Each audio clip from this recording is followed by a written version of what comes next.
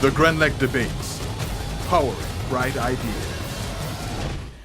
Good morning to everybody and welcome. I want to recognize the Honorable Kindra Mathurin-Stewart, our Minister for Carriacou and Petite Martinique Affairs. Thank you very much, Minister, for being here. Public and private sector representatives and supporters of the debates over the years. Members of Grenlec's Board of Directors, we have Mr. Cleaver Williams and Linda George Francis with us. Mr. Colin Cover, our General Manager, other members of our management team and staff, judges, and members of our motions committee. And when I say judges, I don't just mean today's judges. If you look at the left section, there are some other judges, and we really do want to thank you so much for all of your support. Principals, coaches, thank you so much for being here. We do appreciate that it took quite a lot for you to be here, so thank you so much. Debaters past and present, students, members of the media, ladies and gentlemen, I want to invite our chairperson, who is a Grenlec team member, Mr. Rohan Bernard, to take us through the debates, and our awards will follow immediately. Rohan? Thank you, Prudence. Good morning. Welcome to the final of the 2018 Grenlec debates. We would like to thank you all for following the season 11, through social media, television, and YouTube. And ladies and gentlemen, today's finals will be contested between Bishop's College and St. Joseph's Convent, St. George's. Please put your hands together for our finalists.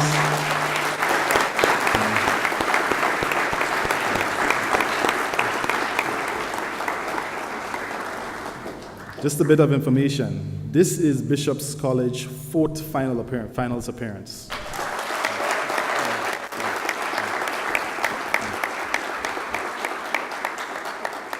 Taking the championship in 2014, and this is St. Joseph's Convent's second final appearance.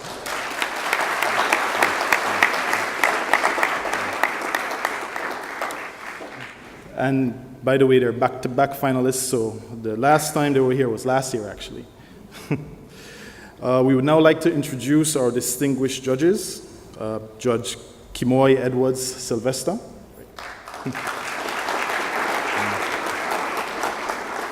Bernard Wilson, Leonard St. Bernard, June Douglas, and our chief judge today, Erwin Abraham.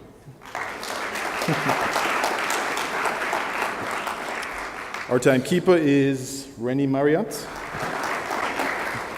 and he's been observed by representatives of each team. Ladies and gentlemen, please put your hands together again to welcome our debaters.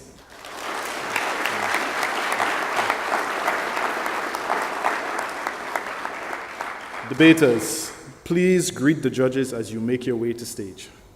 First, the proposition, Bishop's College.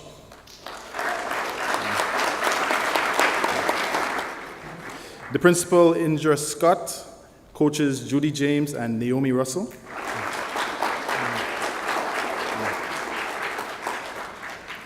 Debaters, Natalia Olivier.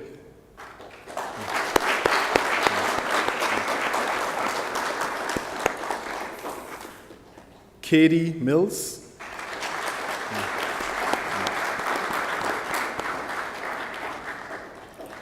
Omnisi McNeil.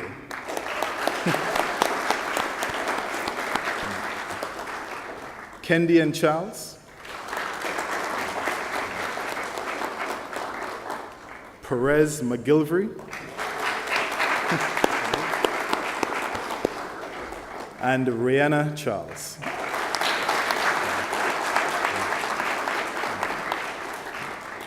And now the opposition, St. Joseph's Convent, St. George's.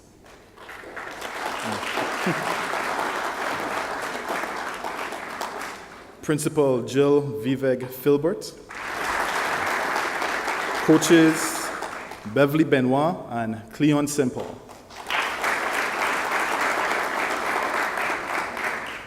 debaters Sharissa Sylvester,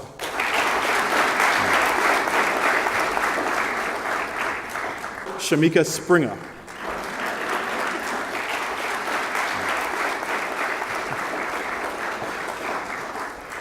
Alicia Roberts,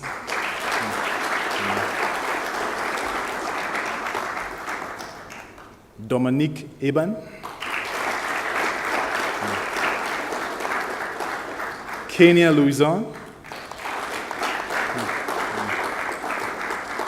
and Christine Stroud.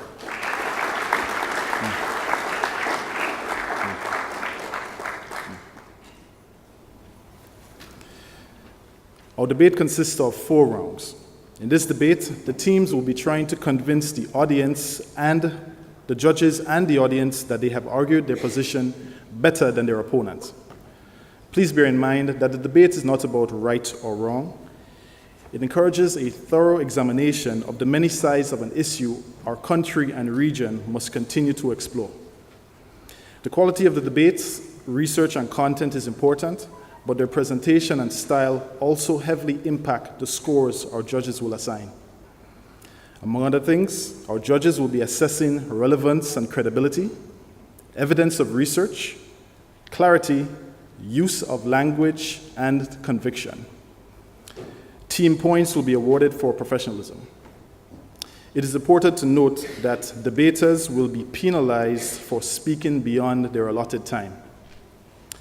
Audience, we ask that you please remain quiet between rounds to allow the judges to score. At this point, let us begin. I call this house to order. The theme is education, and the motion is, be it resolved that Caribbean education has not met the developmental needs of our region. I'll say it one more time. Be it resolved that Caribbean education has not met the developmental needs of our region. In round 1, speakers are allocated 4.5 minutes to outline and begin their team's case. Please welcome the first speaker for the proposition, Natalia Olivier, Bishop's College.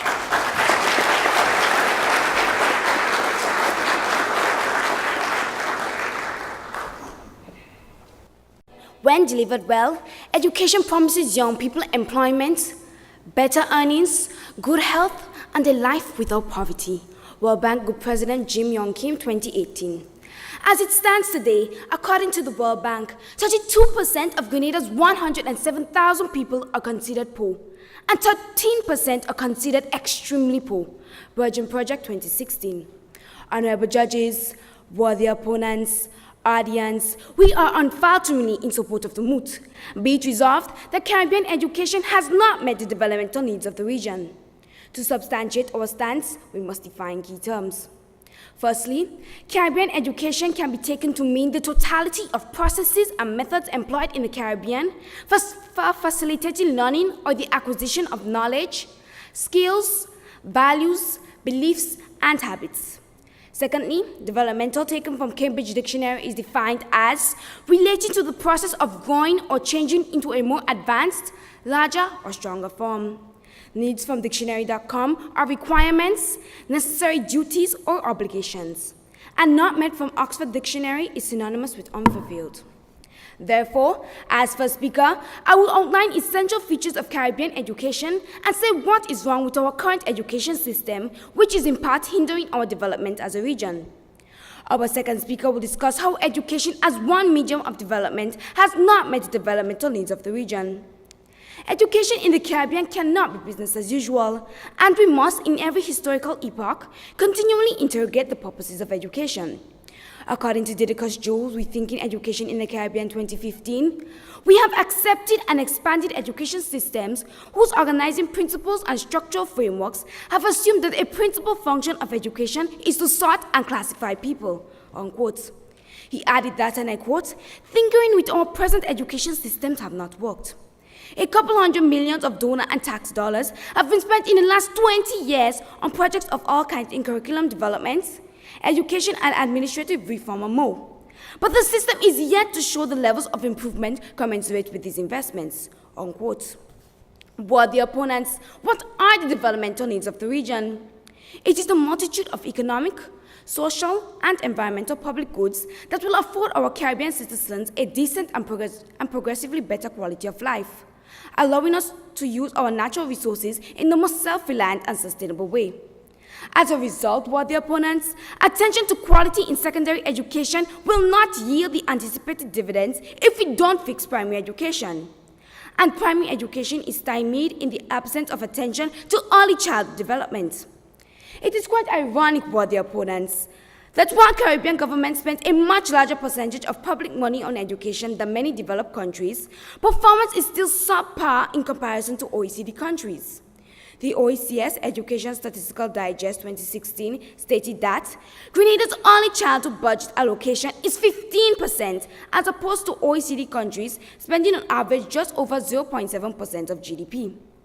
As most Caribbean countries have moved ahead with universal secondary education, students who do not perform well on the secondary education entry examinations are nevertheless placed in schools, most of which do not have support systems in place to cater the required needs.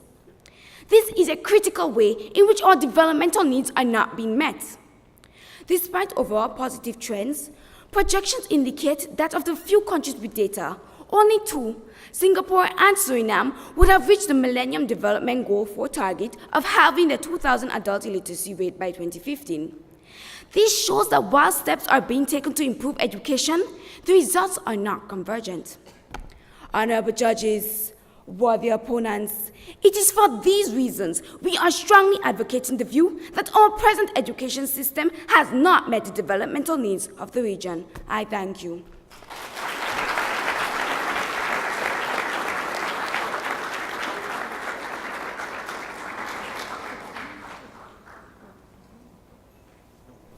Let us welcome the first speaker for the opposition, Sharissa Sylvester, St. Joseph's Convent, St. George's.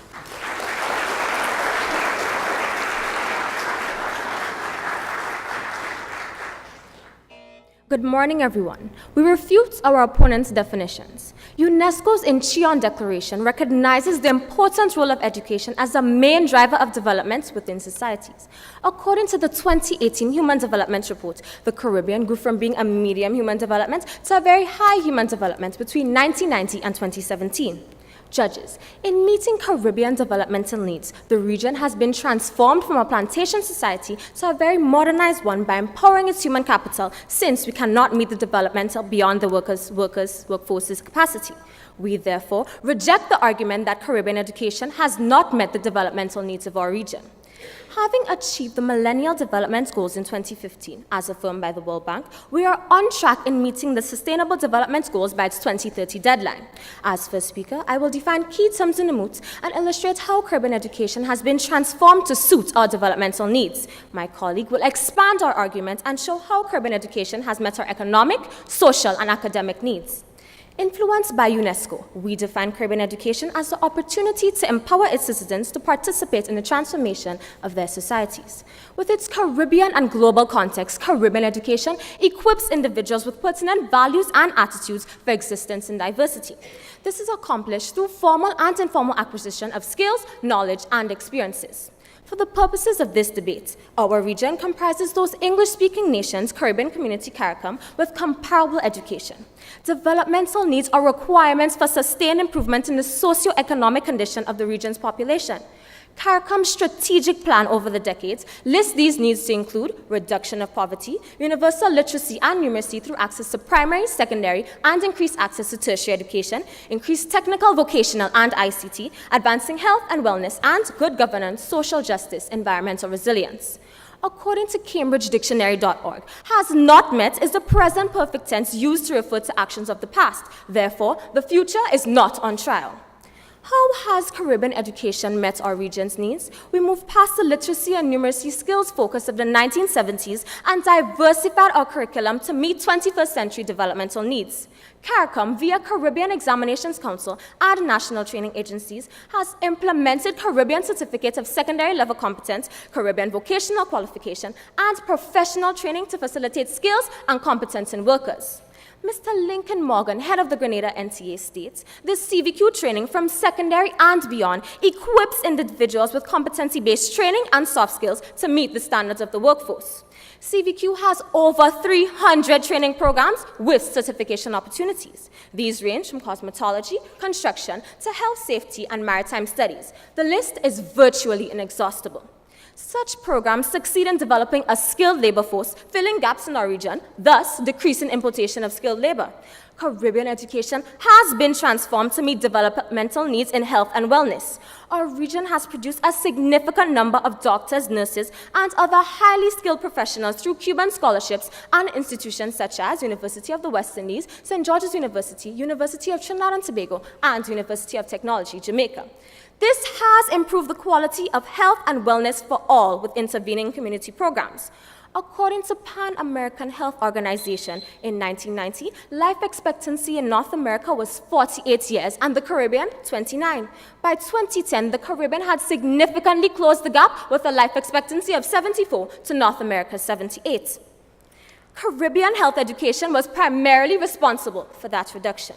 Additionally, we have witnessed the dominance of Caribbean nationals on the World's Fair in sports. The development of world-class regional coaching and training facilities has become significant socio-economic offerings. Just consider Usain Bolt's successes.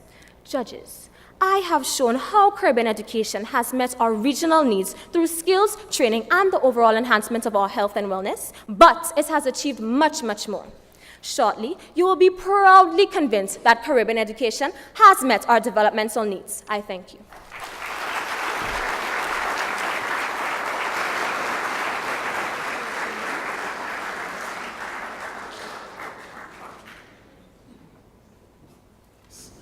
The second proposition speaker, Katie Mills, Bishop's College.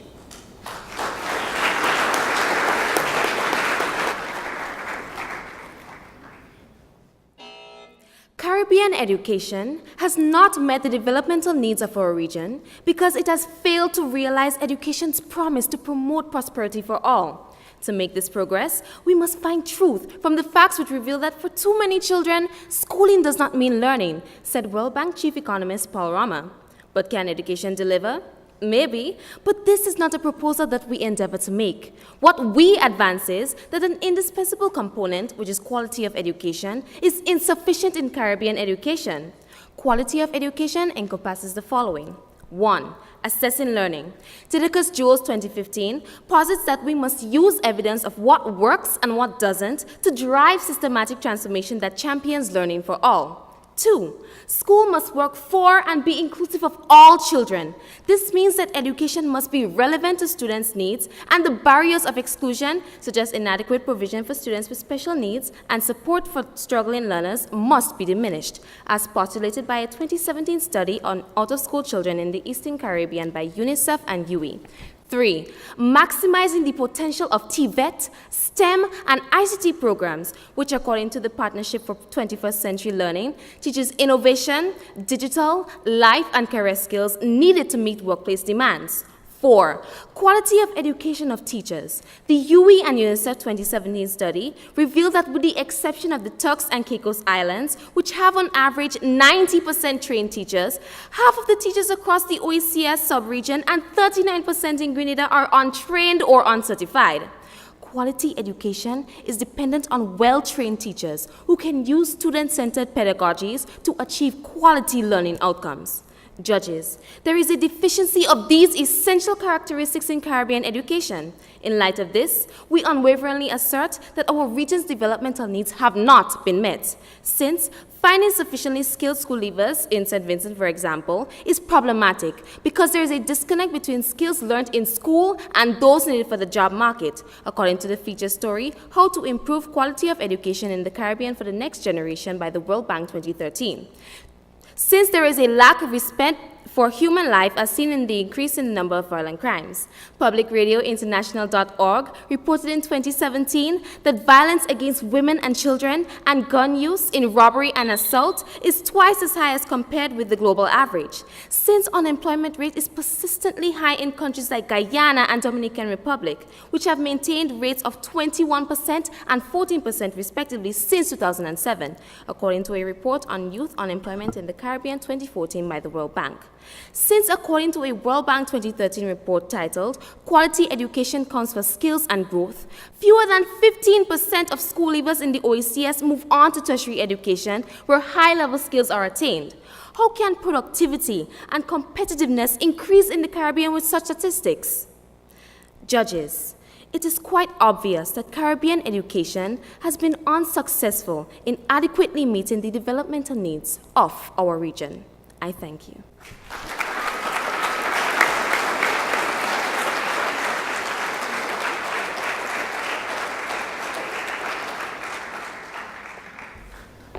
The second opposition speaker, Shamika Springer, St. Joseph's Convent, St. George's.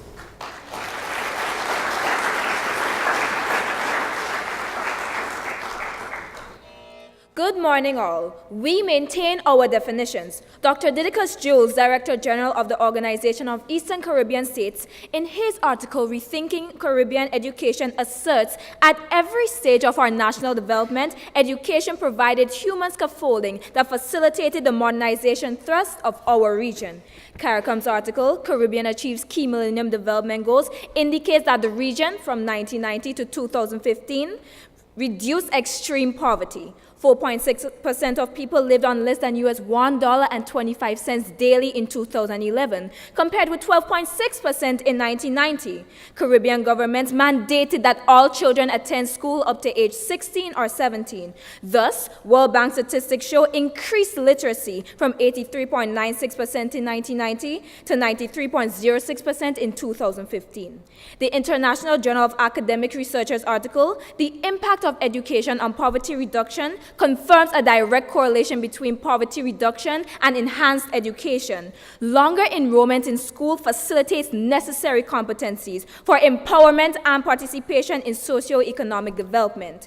According to the OECS operational framework, early childhood development needs have been met by implementation of roving caregivers programs in Grenada and St. Vincent. These stimulate parenting practices, enhancing children's development. The Caribbean Development Bank, partnering with UNICEF, created a Caribbean Early Childhood Development Good Practice Guide to assist education providers. Access to tertiary level for all has been increased by establishing more affordable, high-quality regional institutions. The University of the West Indies rank among the top 5% of universities globally. Uniquely structured to meet our developmental needs, it boasts over 60 years of presence among the driving forces in the region. The Faculty of Engineering feeds the Caribbean's energy sector. The Law Faculty provides the region with eminent jurists, such as the Chief Justice of the Eastern Caribbean Supreme Court, Dame Janice Pereira. The Faculty of Social Sciences supplies the region with qualified social workers and outstanding economists, such as Governor of the Eastern Caribbean Central Bank, Timothy Antwine.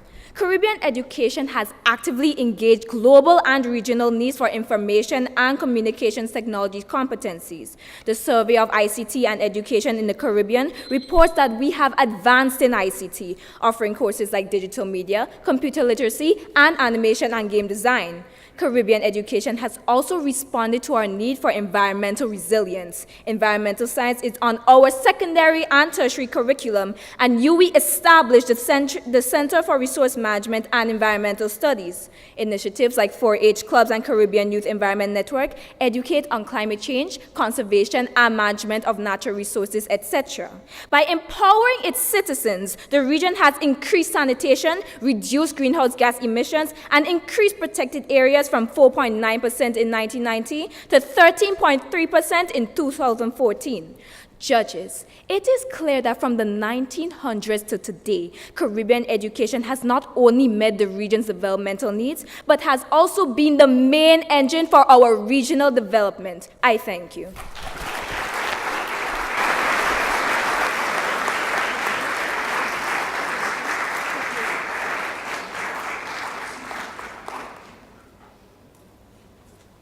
In the cross-examination round, our debaters will question each other about the issues that are relevant to the motion.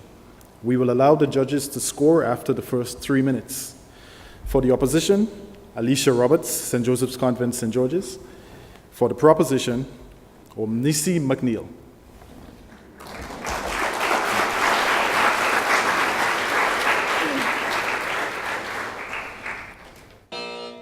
Will the opponent, do you think that it is our human capital or financial capital that drives development in the Caribbean? Both. Without physical capital, then development cannot be established. Governments mainly invest in physical capital, like the infrastructure in the schools, but they don't invest in the human capital, which is trained teachers, qualified teachers, to make sure that the... Yes? Financial capital is just a passive factor. Who's going to develop this financial capital? The human capital, both are important with the opponent. Yes, both we are need trained and important. qualified However, teachers to teach the students. My worthy opponent, without the human capital, this financial capital cannot be used. That is correct. We lack this in the region. That's why education has not met the developmental needs of our region. My worthy opponent, we have developed, so how can you say that we have not been utilizing our resources? Worthy opponent, do you agree with me that Caribbean education has met the region's developmental needs for health and wellness? Of course not. We don't teach enough health and nutrition in school. That's why we see so many people with HIV and AIDS. If we educate the... Excuse me, can I finish, please? Statistics for the HIV If we inform our students based on these, we won't have so much uncontrolled childbirth, so much diseases going around, and HIV and AIDS. If we had trained and qualified teachers, if we had trained and qualified teachers to teach these students, this would be different. Therefore, we have failed to meet the developmental needs of our region. Firstly, our AIDS diagnoses in 1990 were 30,000 new cases. In 2015, that was reduced to 17,000, showing improvement. It could have been much more if education has met the developmental needs of our region. Teacher training has been commended because most Caribbean islands have mandated, in the education sector? In Dominica, in St. Lucia, and in Trinidad, it is mandated that they have a teacher. What about the other Caribbean countries? What are your opponents? The other Why Caribbean countries, the rest of them mostly have mandated associate's degrees in So teacher you're telling training. me some Caribbean countries are priority over others? Questions. It should not be so with the opponent. My worthy opponent. That is unfair. Our secondary and primary education has integrated into it a physical, emotional, and social well-being component. Do you agree that this adds readiness for the workforce?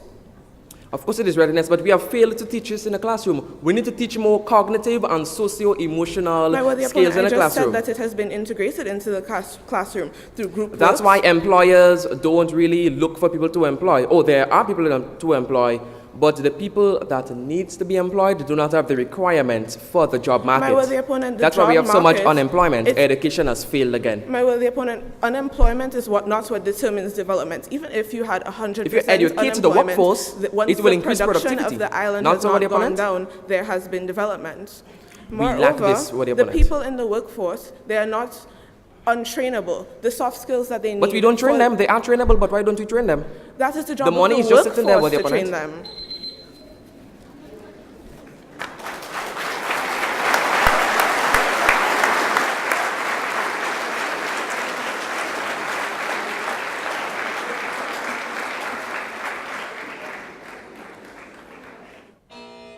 With the opponent, has education done enough to address the skills gap?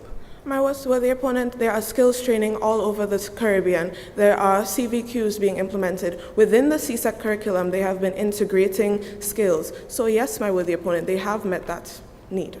No, they have not done enough.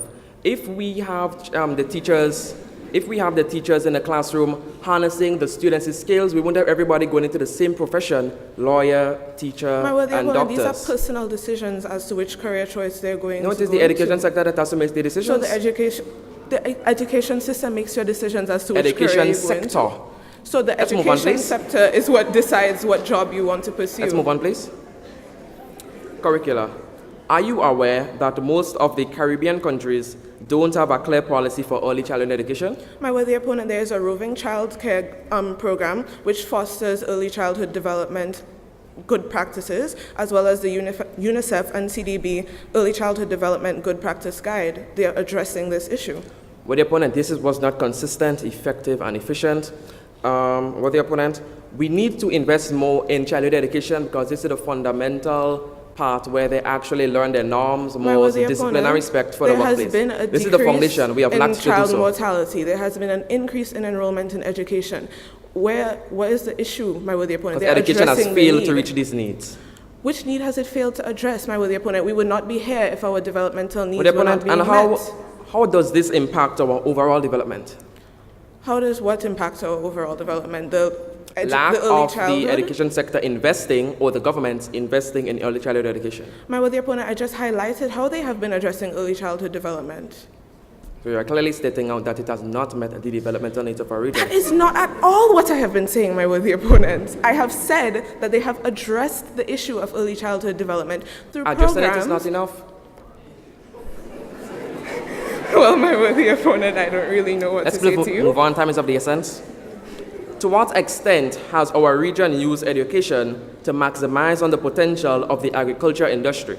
My worthy opponent, we are now seeing the birth of agro-processing. We are no longer just extracting raw materials. We are producing here in Grenada. We have seen the advent of new chocolate factories, and all over the Caribbean, they're harnessing their raw materials, and they have integrated agro-processing into their industries. With the opponent, you know what? The teachers and the curricula needs to be more creative for people to go into more agriculture, because they think it is dirty work. With the opponent, we need to use more technological and digital aspects in agriculture. From the secondary, you can get your master's degree in environmental science, my worthy opponent. UE has programs, and this is a subject course to take agricultural science, where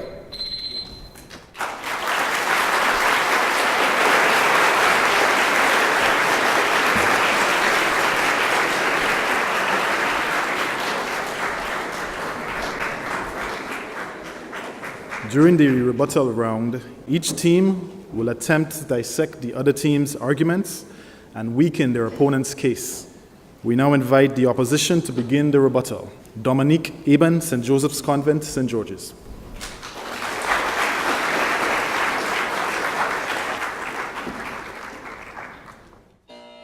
Good morning, all. To say that the Caribbean region's developmental needs have not been met is to state that we have not developed. Development is dynamic and it is a cycle, not a linear projection. The statistics which you have put forward does not show a developmental comparison. This development cannot be compared to anything that we have obtained now. Your first speaker stated statistics from the World Bank that showed the poverty. But as we stated, CARICOM showed that 4.6% lived on less than $1.25 daily in 2015, as compared with 12.6% in 1990. This shows clear developmental needs met. Source: increased literacy we have increased our literacy from 83.96% in 1990 to 93% in 2015, according to the World Bank. Your second speaker stated a lack of qualified teachers, but in countries such as Dominica and St. Lucia, there have been policies put in place to ensure that teachers who enter the workforce have entered with the accurate qualifications of it. Therefore, you also mentioned that the workforce needs to be trained. Worthy opponent, there are several CVQs offered by the Grenada National Training Agency, and it is the employer's duty that when they have employed young employees to train them.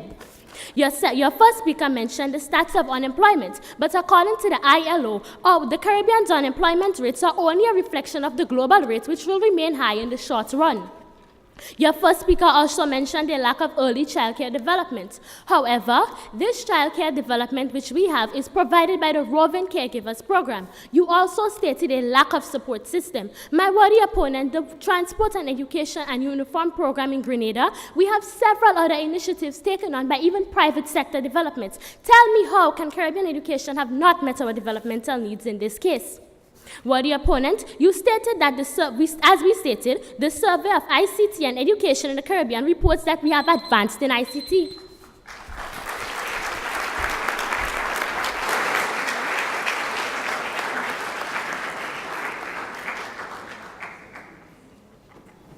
The proposition rebuttal speaker, Kendi and Charles, Bishop's College, will have the final say.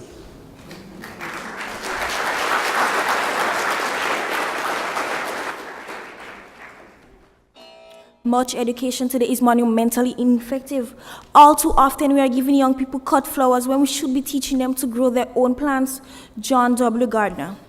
Opponents, your first speaker stated that there has been an improvement in health. Well, the opponents, while this may be true, there's much to be desired in the health sectors across the region in relation to accessibility and affordability of needed treatment. In Grenada alone, it costs $700 for one dialysis treatment.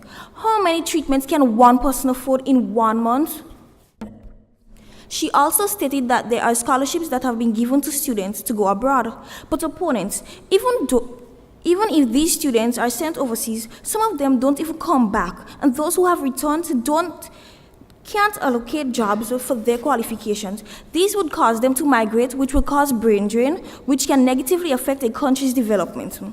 Your second speaker stated that early childhood development has been met, but as my first speaker stated, attention to quality in secondary school education will not yield the anticipated dividends if we don't fix primary education. And primary education is stymied in absence of attention to early childhood development. What the opponents? Your first and second speaker stated that poverty has been reduced throughout the region. But what the opponents? How many of these persons have moved from the poor working class to middle or upper class? The fact remains, Caribbean education has not met the developmental needs of our region because we have not invested enough in the quality of education. I thank you.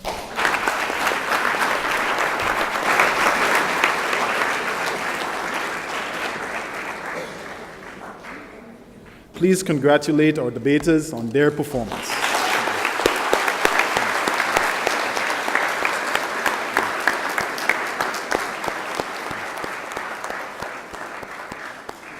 Debaters, thank you for your performances and presentations. Please extend your hand to your opponents in goodwill.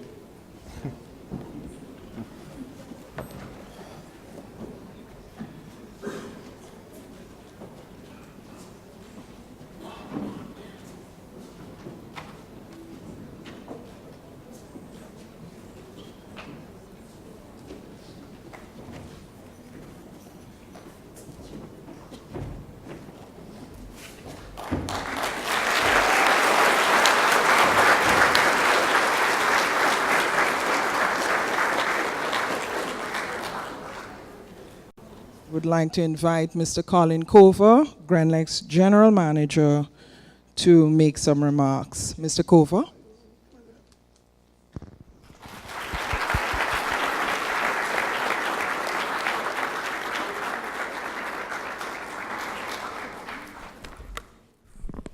Honorable Emmeline Pear, Minister of Education, the Honorable Mathurin Stewart, Minister of PM and Carrico Affairs, other members of the government and public sector representatives, members of the Board of Directors of Grenlec, Linda George Francis and Mr. Cleaver Williams, management and staff of Grenlec, judges, members of the motion committee, principals, coaches, debaters present and past, students, members of the media, ladies and gentlemen, let me officially welcome you. It is still this morning to this 11th debate of the Grenlec series. You know, intercol is very popular among the high schools here, but I consider this debate the cerebral intercol. And so let me welcome you to the cerebral intercol. And I must say that as I listen to the debates every year, I must say that for me it's a journey in terms of that there is a cerebral part, but I must say that the thrust and parry of the cross-examination certainly bring a little bit of emotion and humor to these debates. And so even though there's a lot of thinking and research going on, I do think that most of the times what we argue in real life is like what happens when they're having the thrust and parry of the cross-examination sections there. And I can see that the crowd responded to that more so than to the other parts of the debates. But I just want to say that, and I'm not trying to, as we say colloquially, big up Grenlec, but I must say that I see somebody saying we should big up Grenlec, but I'm not doing that. But I must say that I am really moved by the amount of people in the audience today. I really did not expect this amount of people today. I really expected to come here to a half-empty hall, and so there are some things that I don't want to touch. Discretion is the better part of valor. Okay? There are things that I just really want to touch on this morning. And so really, I am really truly touched. I know that these debates mean quite a lot to a number of people, because as I have become more integrated into the Grenadian society and start, probably some of the debaters who I now know them, and I know that, for example, one school were practicing until 11 o'clock one night. Unfortunately, they didn't make it to the finals, but I understand the sacrifice of both the students and the coaches, and I want to applaud them again for this.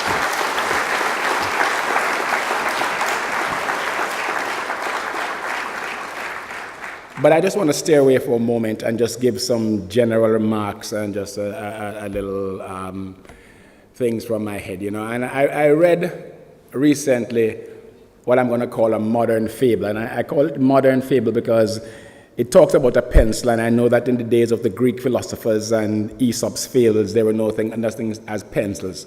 So therefore, I'm going to tell you a little bit about a modern fable that really resonated with me. It's nothing new, nothing world-shaking, but the simplicity of the analogy and its relevance to today's society really touched me. And the fable is simply this. There was a pencil maker, and as he made each pencil, he put it in the box to be shipped out, and he says to each pencil, always remember, the most important part of you is on the inside. Always remember that the most important part of you is on the inside. It doesn't matter what the outside is, whether it's green or yellow, black or white. And I chose those colors intentionally. And I'm sure the significance of those 4 colors are not lost on anyone in this room, unless they're deaf. You see, the outside of the pencil may be pretty, painted any or many colors.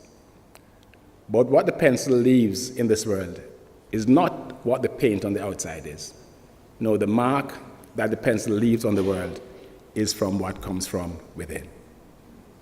The mark the pencil leaves on the world is from what comes from within.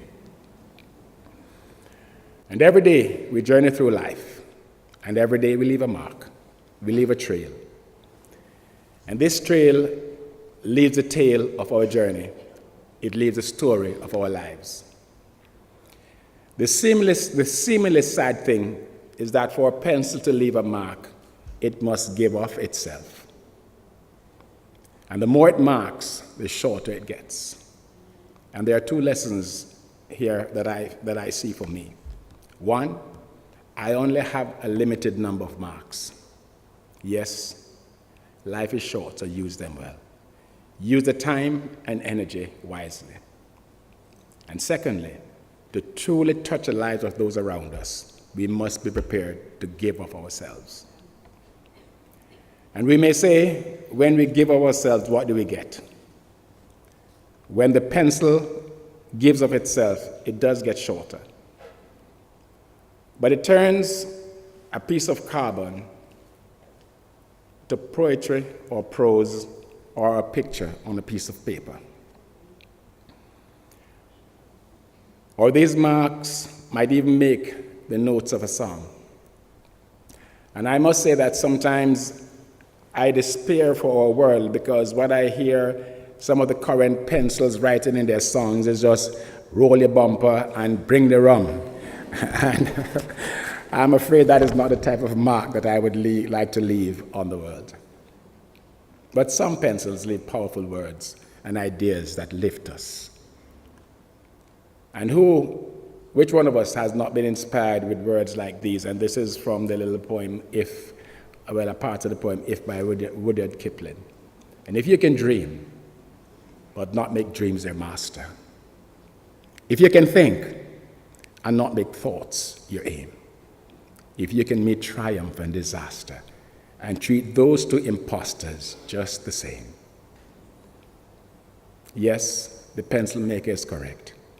The most important part of us is on the inside. And we can look back at the trail we have left behind, and we'll know what is inside of us by the trail we have left behind.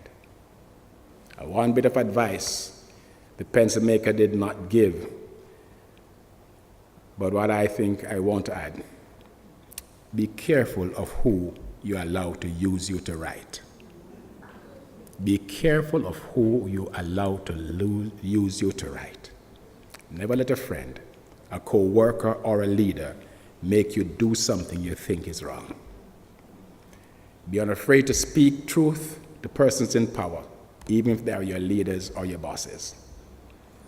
For we all have to answer to the pencil maker for the story that we leave behind. God bless you and have a wonderful day.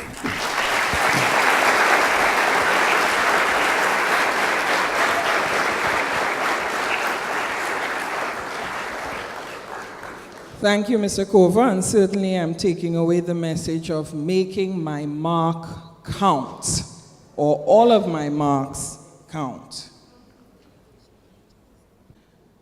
We were honored this year that all 23 of our secondary schools participated in these Grenlec debates.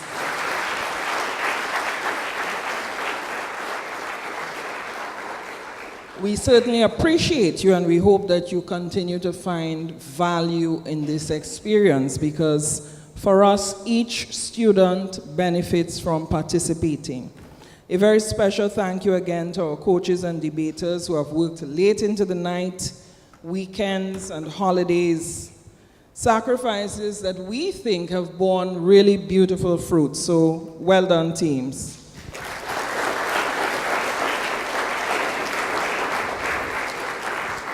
And to begin our awards, I invite our first presenter, Ms. Jacqueline Williams, Grenlec's Human Resources Manager.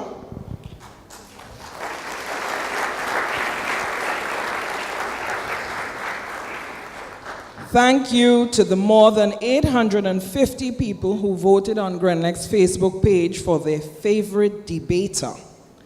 This year's People's Choice Awardee is taking home Beats headphones. And the winner is, from Bishop's College, Nisi McNeil.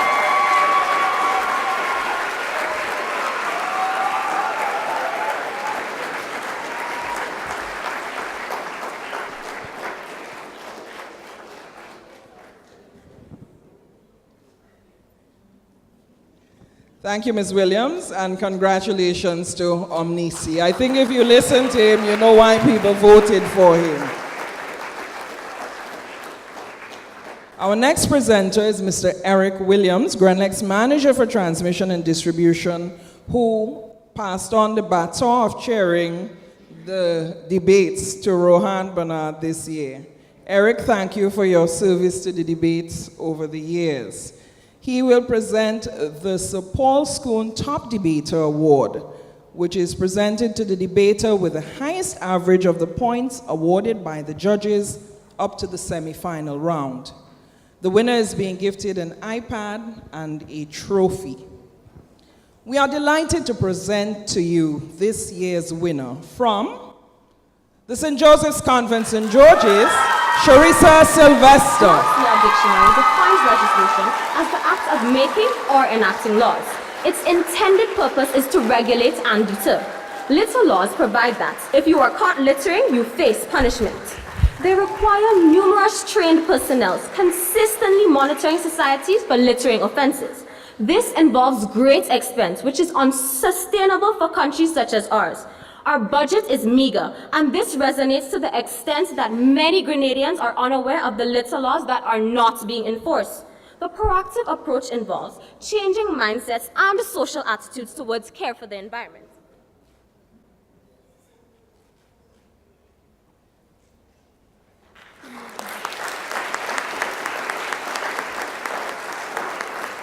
Well done, Charissa, and thank you, Eric.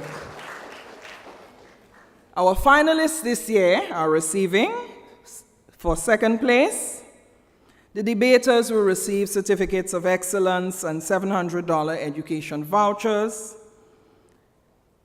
And debaters and coaches will each receive Acer Aspire touchscreen LED notebooks, and the schools, a $12,000 project award.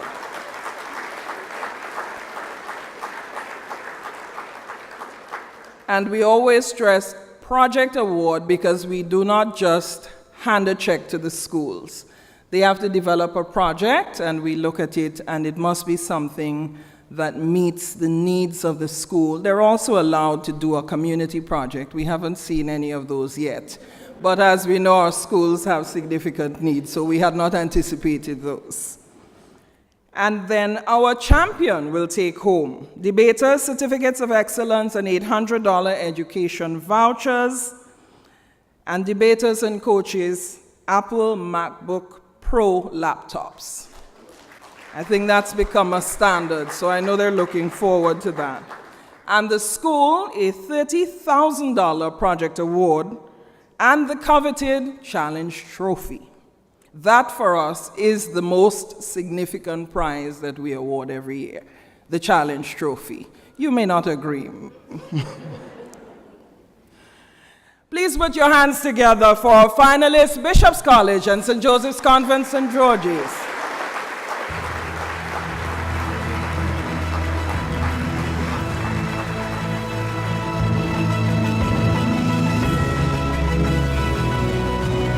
And now, the points awarded by our panel of adjudicators, 737 and 665.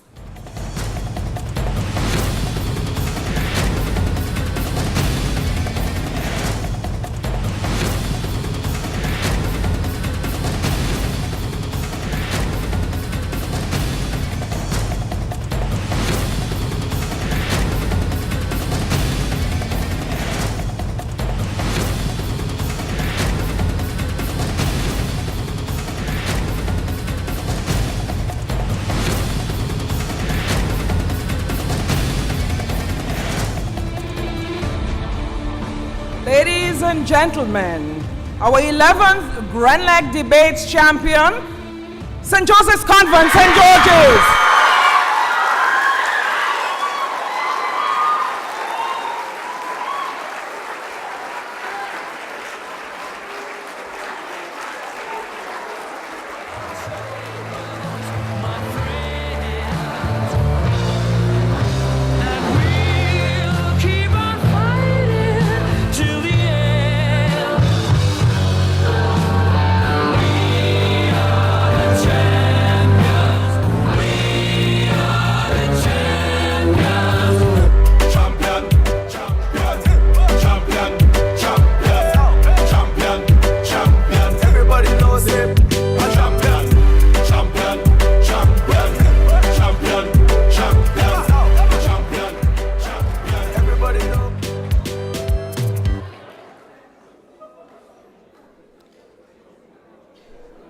Congratulations to the St. Joseph's Convent.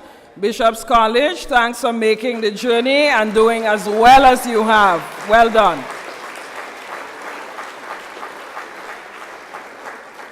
And for all of our teams present, I want to note the kind of graciousness that we are seeing. And that's certainly something that we want to see our young people emulating.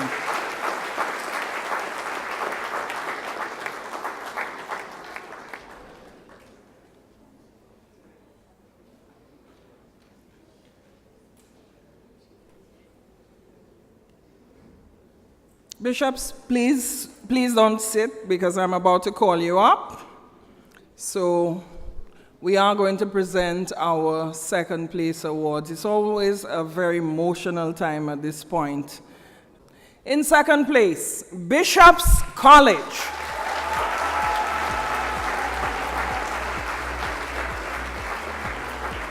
Coaches, Naomi Russell and Judy James. Debaters, Natalia Oliver, Katie Mills, Omnisi McNeil, Kendian Charles, Perez McGilvery, and Rihanna Charles.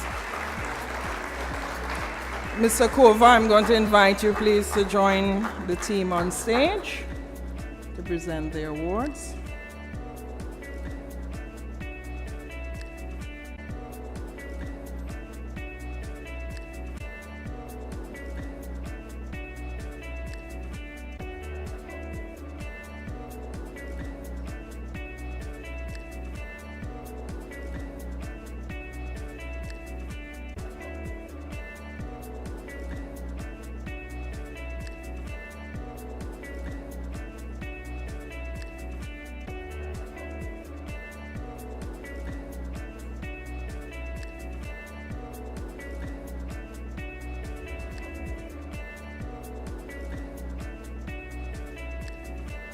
Another round of applause for Bishop's College.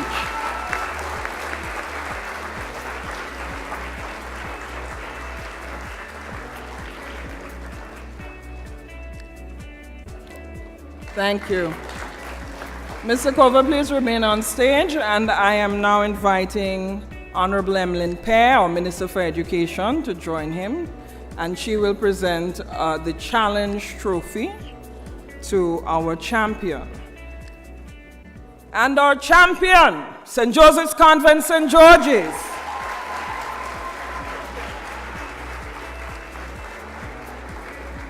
Coaches, Cleon St. Paul and Beverly Benoit. Debaters, Sharissa Sylvester, Shamika Springer, Alicia Roberts, Dominique Aban, Kenya Louison, and Kristen Stroud.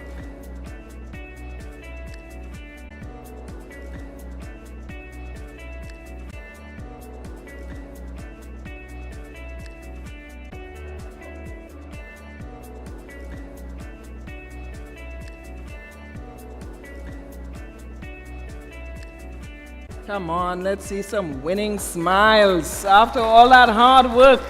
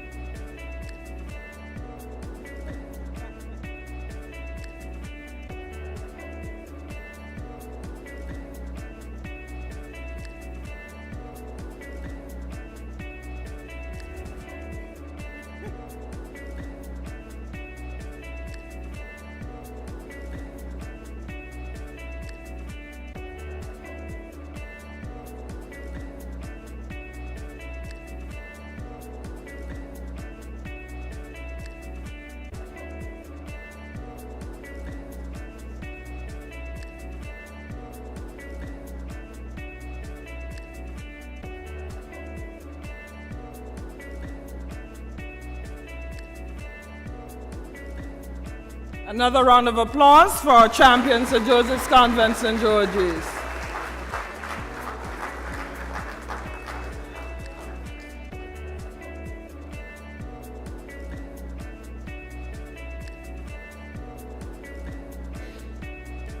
Thank you very much. Thank you, Minister. Thank you, Mr. Kovo.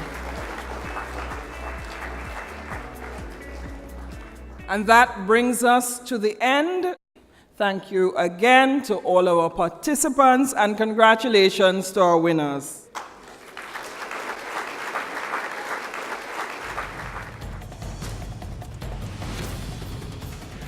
The Grenlec debates. powering bright ideas. Vote for your favorite debater on our Facebook page. The Grenlec Debates, powering bright ideas.